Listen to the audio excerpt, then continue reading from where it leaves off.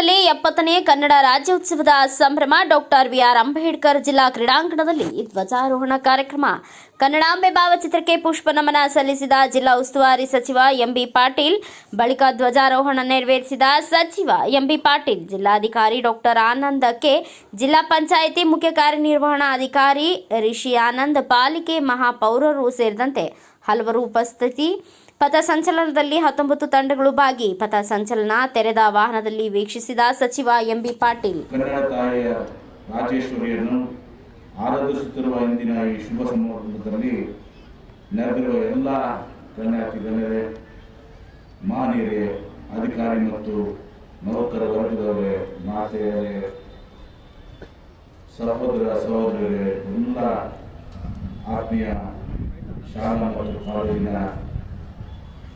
ವಿದ್ಯಾರ್ಥಿಗಳೇ ಹಾಗೂ ಸಿಬ್ಬಂದಿಗಳೇ ಹಾಗೂ ಮಾಧ್ಯಮದ ಮಿತ್ರರಿಗೂ 70ನೇ ಕನ್ನಡ ರಾಜ್ಯೋತ್ಸವದ ಹಾರ್ದಿಕ ಶುಭಾಶಯಗಳು.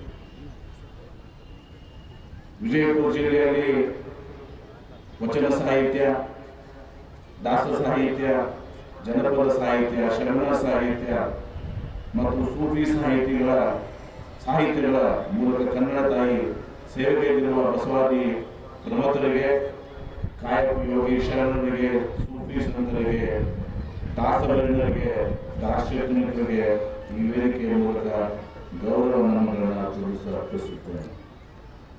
ಧೈರ್ಯ, ಸ್ಥೈರ್ಯ, ಸಾಹಸ, ಪರಾಕ್ರಮ, ದೇಶಪ್ರೇಮ ಮತ್ತು ತ್ಯಾಗ ಇವುಗಳಿಗೆ ಹೆಸರಾದ ಹಾಗೂ ಸಂಗೀತ, ನಾಟ್ಯ, ರಂಗಭೂಮಿ ಮತ್ತು ಚಲನಚಿತ್ರ ಕ್ಷೇತ್ರವನ್ನು ಲಲಿತ ಕಲೆ, ವಾಸ್ತುಶಿಲ್ಪಿ, ಧರ್ಮ, ತತ್ವಜ್ಞಾನ, ವಿಜ್ಞಾನ, ಉದ್ಯೋಗ, ವಾಣಿಜ್ಯ ಇತ್ಯಾದಿ ವಿವಿಧ ಕ್ಷೇತ್ರಗಳಲ್ಲಿ ಉಜ್ವಲವಾದಂತಹ ಕೀರ್ತಿಯನ್ನು ಗಳಿಸಿದ ಶ್ರೀಗಂಧದ ನಾಡಿನ ಭವ್ಯ ಪರಂಪರೆಯನ್ನು ಕನ್ನಡ ತಾಯಿ ಭುವನೇಶ್ವರಿಗೆ ಸಮರ್ಪಿಸುವಂತೆ ಪ್ರತ್ಯೇಕ ಕನ್ನಡ ನಾಡು ಉದಯವಾದ ಶುಭ ದಿನದಂದು ಕನ್ನಡ ಭಾಷೆಯ ಶ್ರೇಷ್ಠತೆ ಮತ್ತು ಸಾರ್ವಭೌಮತೆಗಾಗಿ ಹಾಗೂ ಕನ್ನಡ ಭಾಷಿಕರಿಗಾಗಿ ಪ್ರತ್ಯೇಕ ಕನ್ನಡ ನಾಡಿನ ಏಕೀಕರಣದ ರಚನೆಯ ಅಗತ್ಯವನ್ನು ಮನಗಂಡು ನಿರಂತರವಾಗಿ ಹಂಬಲಿಸಿ ಹೋರಾಟ ನಡೆಸಿದ ನಿಸ್ವಾರ್ಥ ಕನ್ನಡ ಕಲಿಗಳು ಸಂಪೂರ್ಣ ನೆಮ್ಮದಿ ಮತ್ತು ಸಂತೃಪ್ತಿಯನ್ನು ಅನುಭವಿಸಿದ ದಿನ ನವೆಂಬರ್ 1, 1956.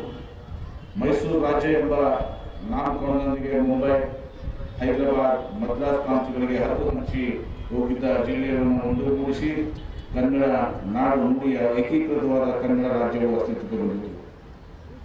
ಮುಖ್ಯಮಂತ್ರಿಗಳಾಗಿದ್ದ ಸನ್ಮಾನ್ಯ ದಿವಂಗತ ಡಿ. ದೇವರಾಜ ಅರಸು ಅವರು ವಿಶೇಷ ಕಾಳಜಿ ಮತ್ತು ಸಂಕಲ್ಪದಿಂದಾಗಿ ನವೆಂಬರ್ 1, 1973 ಮೈಸೂರು ರಾಜ್ಯವನ್ನು ಕರ್ನಾಟಕ ರಾಜ್ಯವನ್ನು ಅಧಿಕೃತವಾಗಿ ಪುನರ್ನಾಮಕರಣ ಮಾಡಲಾಯಿತು. ವಿಶಾಲವಾದಂತಹ ಕನ್ನಡ ನಾಡು ಮತ್ತು ನುಡಿಯ ಶತಶತಮಾನಗಳಿಂದ ಹಲವಾರು ಅರಸು ನಂತರ ಆಟಗಳು ಒಳಪಟ್ಟಿತ್ತು.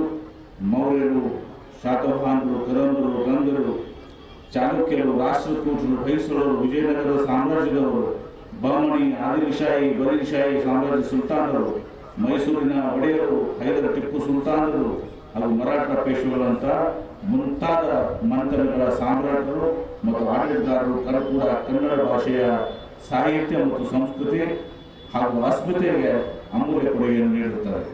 ಕನ್ನಡ ಭಾಷೆಯ ಸಾರ್ವತ್ರಿಕತೆಗಾಗಿ ಮೈಸೂರಿನ ಒಡೆಯರವರು ಬೆಂಬಲ ಹಾಗೂ ದಿವಾನ್ ವಿಶ್ವೇಶ್ವರಯ್ಯನವರ ಸಹಕಾರದೊಂದಿಗೆ 1915ರಲ್ಲಿ ಸ್ಥಾಪಿತಗೊಂಡಂಥ ಕರ್ನಾಟಕ ಸಾಹಿತ್ಯ ಪರಿಷತ್ತು ನಿರಂತರವಾಗಿ ಕನ್ನಡ ಸಾಹಿತ್ಯ ಸಮ್ಮೇಳನವನ್ನು ಸಂಘಟಿಸುವ ಮೂಲಕ ಕನ್ನಡ ನಾಡು ಮತ್ತು ನುಡಿಯ ಕುರಿತಾಗಿ ಜನಾಭಿಪ್ರಾಯವನ್ನು ಗಟ್ಟಿಗೊಳಿಸುವ ಕಾರ್ಯ ಆರಂಭಿಸಿತು. 1924ರಲ್ಲಿ ಕರ್ನಾಟಕ ಏಕೀಕರಣ ಸಮಿತಿಯು ಪ್ರಥಮ ಸಮ್ಮೇಳನವನ್ನು ಬೆಳಗಾವಿಯಲ್ಲಿ ಜರುಗಿತು. ತದನಂತರ ಬಳ್ಳಾರಿ, ಧಾರವಾಡ, ಹುಕ್ಕೇರಿ, ಸೋಲಾಪುರ ಹಾಗೂ ಮುಂಬೈಯಲ್ಲಿ ಜರುಗಿ ನವ ಕರ್ನಾಟಕ ರಾಜ್ಯದ ಏಕೀಕರಣದ ಕನಸನ್ನು ನನಸಾಗಿಸಲು ಪಣತೊಟ್ಟರು. ಗದಗಿನ ಹೂವಿನಕೋಟ್ ನಾರಾಯಣರವರು ರಚಿಸಿದ ಉದಯವಾಗಲಿ ನಮ್ಮ ಚೆಲುವು ಕನ್ನಡ ನಾಡು ಎಂಬ ಗೀತೆ ಕನ್ನಡಿಗರಲ್ಲಿ ಏಕತೆಯ ಭಾವವನ್ನು ಗಟ್ಟಿಗೊಳಿಸಲು ಪ್ರೇರಣೆಯನ್ನು ನೀಡಿ ಕನ್ನಡಿಗರ